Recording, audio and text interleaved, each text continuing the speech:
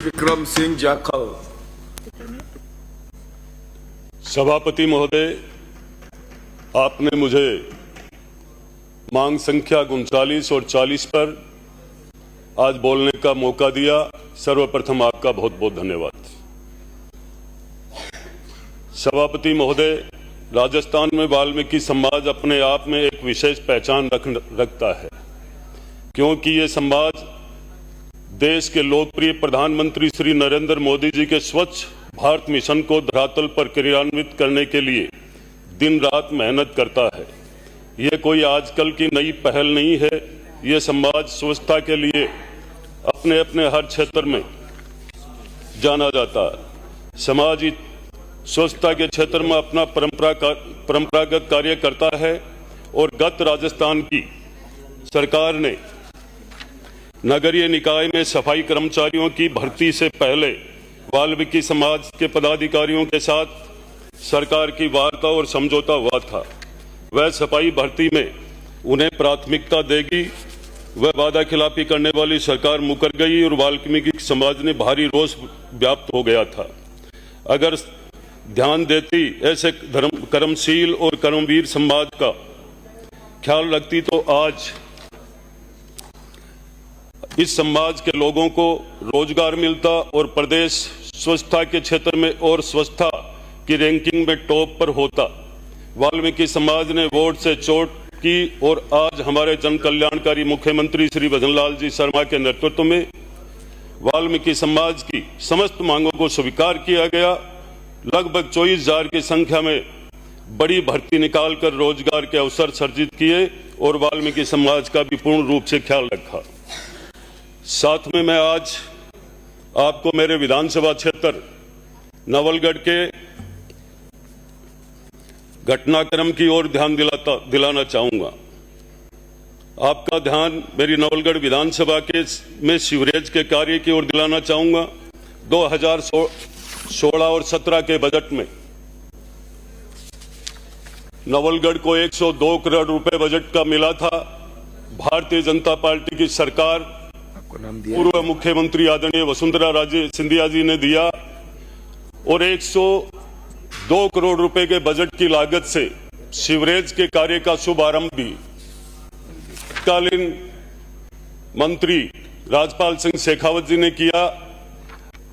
आज वहां की यह स्थिति है कि जो ही 2017 से लेकर 18 तक काम पूरा हुआ, इससे ताबड़तोड़ तरीके से काम करवाया कि नवलगढ़ की हालात आज के दिन इस स्थिति में आ चुकी है कि ना कोई चल सकता है, ना कोई जा सकता है। रोडें टूट चुकी है। इसका कारण ये था कि जब 2016-17 के बजट में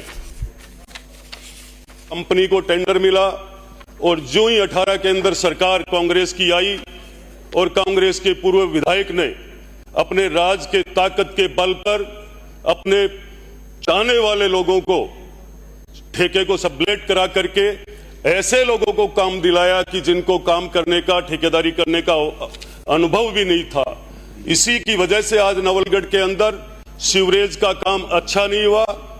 कहीं पे सीवरेज के ढक्कन ऊपर लगे हुए हैं, कहीं पे सीवरेज के ढक्कन नीचे है। साथ में जो जमीन में भूमिगत जो पाइपलाइन डाली गई थी उसका कोई अलाइनमेंट सही नहीं है।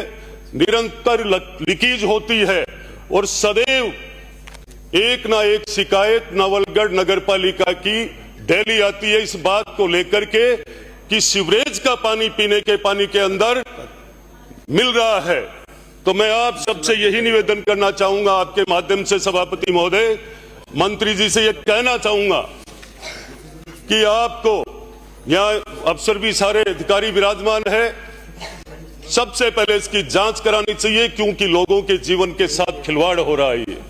साथ ही नवलगढ़ के अंदर इसके बाद में सारी रोडें तोड़ी गई। रोडें टूटने के बाद नवलगढ़ शहर के आसपास की जो मेन हाईवे से कनेक्टिविटी है नवलगढ़ शहर की, सारी रोडें टूट चुकी है।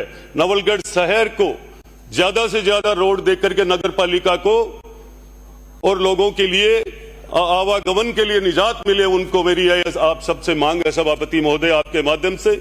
नवलगढ़ शहर के अंदर नवलगढ़ नगर पालिका में आज के दिन इतने आवारा पशु है, उन आवारा पशुओं के लिए स्थिति यह रहती है कि दिन में कई बार बूढ़ी माताएं बहनें जब मंडी में कोई दुकानों पे कोई शॉपिंग करने के लिए परिवार फैमिली के साथ जाती है, आवारा पशुओं का बहुत बड़ा आतंक है। तो मैं आपसे ये निवेदन करना चाहूंगा कि इनकी व्यवस्था की जाए और साथ में आसपास के जहां भी पशु खत्म हो जाते हैं उन पशुओं को ला करके कहीं भी अवसर देख के आसपास के लोग और शहर के आसपास में डाल करके वो चले जाते हैं।